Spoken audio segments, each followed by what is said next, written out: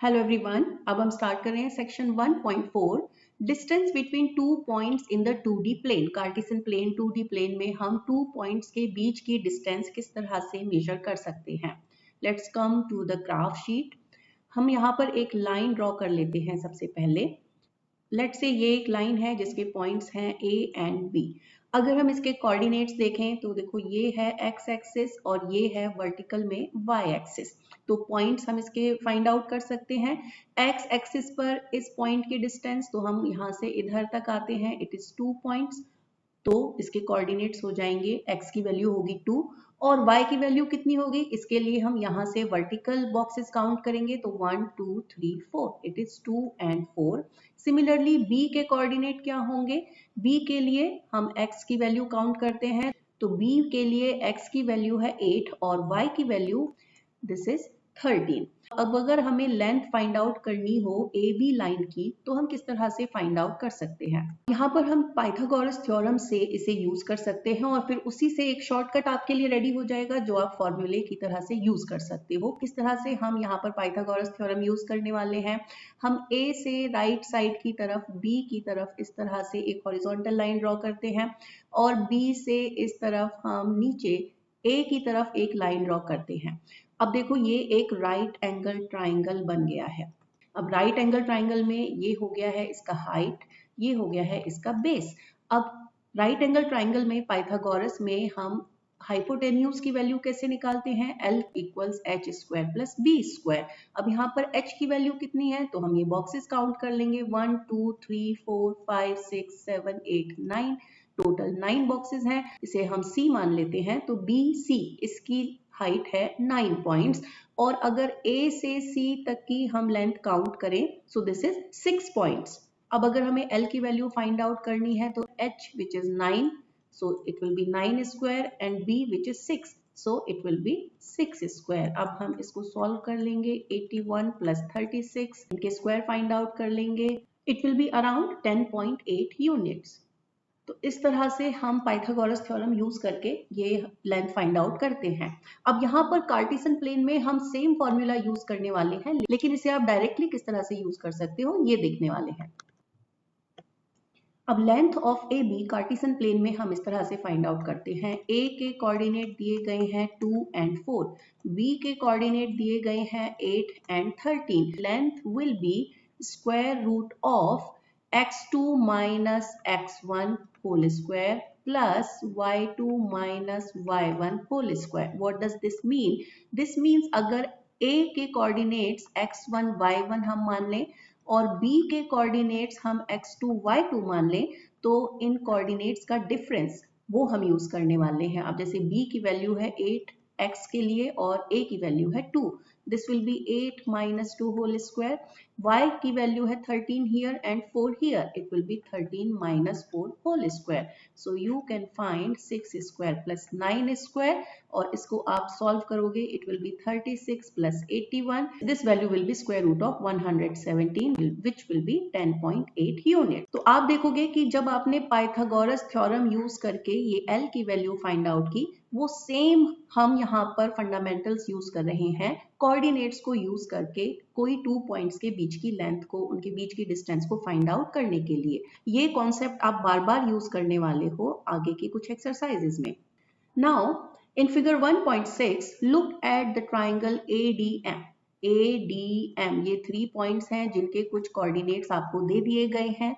Triangle ADM is acute angled triangle, that means all the angles are less than 90। acute का meaning यही होता है कि angles less than 90 degree होते हैं और सारे पॉइंट्स फर्स्ट क्वाड्रेंट में है, बिकॉज x और y दोनों की वैल्यू प्लस है हर एक पॉइंट के लिए, तो ये फर्स्ट क्वाड्रेंट में है। How do we find the length of its side AD, DM and MA। हमें इनकी साइड की लेंथ फाइंड आउट करनी है। तो लेंथ ऑफ AD, अब इसके लिए हमें चाहिए कोऑर्डिनेट्स। A के कोऑर्डिनेट्स जो हैं 3 4, D के कोऑर्डिनेट्स जो हैं 7 1। अब हम इन्हें x1 y1 मानेंगे और इन्हें x2 y2 मानेंगे। तो लेंथ कितनी हो जाएगी AD की? AD की लेंथ हो जाएगी x2 minus x1 whole square plus y2 minus y1 whole square. ये आता है पाइथागोरस थ्योरम से। Now x2 which is 7 and x1 which is 3, 7 minus 3 whole square plus y1 which is 1 and y2 which is 4, 1 minus 4 whole square। इन्हें आप solve कर लोगे, it will be 4 square plus ये minus 3 का whole square हो जाएगा। अब इन्हें जब आप स्क्वायर करोगे तो 4 square is 16 and minus 3 whole square is 9 which comes to square root of 25 which comes 5 units. That means AD this is 5 units. Similarly हम AM की वैल्यू फाइंड आउट कर सकते हैं। अब AM के लिए हम क्या करेंगे, A को हमने x1 y1 माना है, M के कोऑर्डिनेट्स हैं 9 एंड 6, इनको हम x2 y2 मान लेंगे, तो AM की लेंथ कितनी हो जाएगी, again x2 minus x1 whole square and y2 minus y1 whole square का sum in a square root. x2 is 9, M की वैल्यू 9 है x के लिए and 3, that will be the difference and whole square, and this will be 6 minus 4 whole square as they are 6 and 4. Now we can figure out 9 minus 3 is 6, so this will be 6 square, 6 minus 4 is 2, it will be 2 square, then it is 36 plus 4, this comes square root of 40. That means square root of 40, you can figure out length of AM will be between 6 and 7, it will be 6.3 units. So AM we get 6.3 units and similarly we can find the length of DM. अब length of DM के लिए हमें D के coordinates चाहिए जो कि 7 and 1 है, तो length of DM segment will be x2 minus x1 whole square plus y2 minus y1 whole square. Values place कर देंगे, this will be 9 minus 7 whole square and 6 minus 1 whole square, इनका sum 9 minus 7 is 2, so this will be 2 square and 6 minus 1 is 5, this will be 5 square. Let's go forward, 2 square will be 4 and 5 square will be 25, it will be square root of 29. आप square root निकाल करके find out कर सकते हैं। This value will be between 5 and 6, this value will be approximately 5.4. तो DM ये length आ जाएगी 5.4 units. तो ये आपने देखा कि किस तरह से हम 2 पॉइंट्स के बीच की डिस्टेंस फाइंड आउट कर सकते हैं और किस तरह से ये पाइथागोरस थ्योरम से रिलेटेड है। अब इसी तरह से आप कोई भी डिस्टेंस फाइंड आउट कर सकते हो।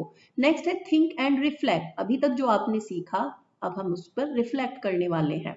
Number 1 is in moving from 834 to D71, आपको ये पॉइंट दिए गए हैं, A जिसके कोऑर्डिनेट है 3 4 एंड D जिसके कोऑर्डिनेट है 7 1, what distance has been covered along the x axis, x axis से कितनी डिस्टेंस कवर की गई है। तो x एक्सिस A और D के बीच में, तो आप देखो कि A से राइट साइड में D है, तो x एक्सिस पर आपको कितना चलना पड़ा, आपको 1 2 3 4 टोटल 4 यूनिट्स चलना पड़ा D तक आने के लिए। What about the distance along the y axis? Y axis पर आपको कितना डिस्टेंस कवर करना पड़ा, तो 1 2 3 टोटल 3 यूनिट्स यहाँ पर चलना पड़ा। तो x एक्सिस पर it is 4 units and y axis पर इट इज 3 यूनिट्स।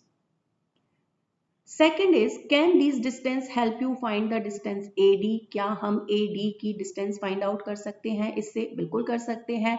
अब आप देखो कि ये एक राइट एंगल ट्राइंगल ही बन गया है जिसमें अगर हम इसे O पॉइंट दे दें तो this distance is 4 and this distance is 3। तो अब ये राइट एंगल ट्राइंगल का पाइथागोरस थ्योरम यूज करके आप AD फाइंड आउट कर सकते हो। AD will be 4 square plus 3 square, उसका स्क्वायर रूट जो आता है 5 यूनिट्स। तो इस तरह से ये आप फाइंड आउट कर सकते हो। अब आपने देखा यहाँ जब आप 2 पॉइंट्स के बीच का डिस्टेंस फाइंड आउट करते हो तो अगर डिस्टेंस नेगेटिव भी आता है तो भी कोई डिफरेंस नहीं आता है। फॉर एग्जाम्पल जैसे हमने A और M के बीच का डिस्टेंस फाइंड आउट किया तो A की वैल्यू है 3 4 एंड M की वैल्यू है 9 6। अब आप चाहे इसे x1 y1 मान लो, चाहे आप M को x1 y1 मान लो, उससे कोई डिफरेंस नहीं पड़ने वाला है। ऐसा क्यों? क्योंकि अगर आप 3 - 9 करते हो या 9 माइनस 3 करते हो, इनका डिफरेंस जब भी आप फाइंड आउट करोगे और इसका स्क्वायर करोगे, जो हम यहाँ कर रहे हैं x2 minus x1 whole square, y2 minus y1 whole square, तो ब्रैकेट के अंदर वैल्यू चाहे माइनस हो चाहे प्लस हो, दोनों का स्क्वायर सेम ही आने वाला है। जैसे -6 का होल स्क्वायर वो भी 36 आएगा और 6 का होल स्क्वायर वो भी 36 आएगा। तो डिस्टेंस का यहाँ पॉजिटिव और नेगेटिव से कोई इम्पैक्ट नहीं आता है।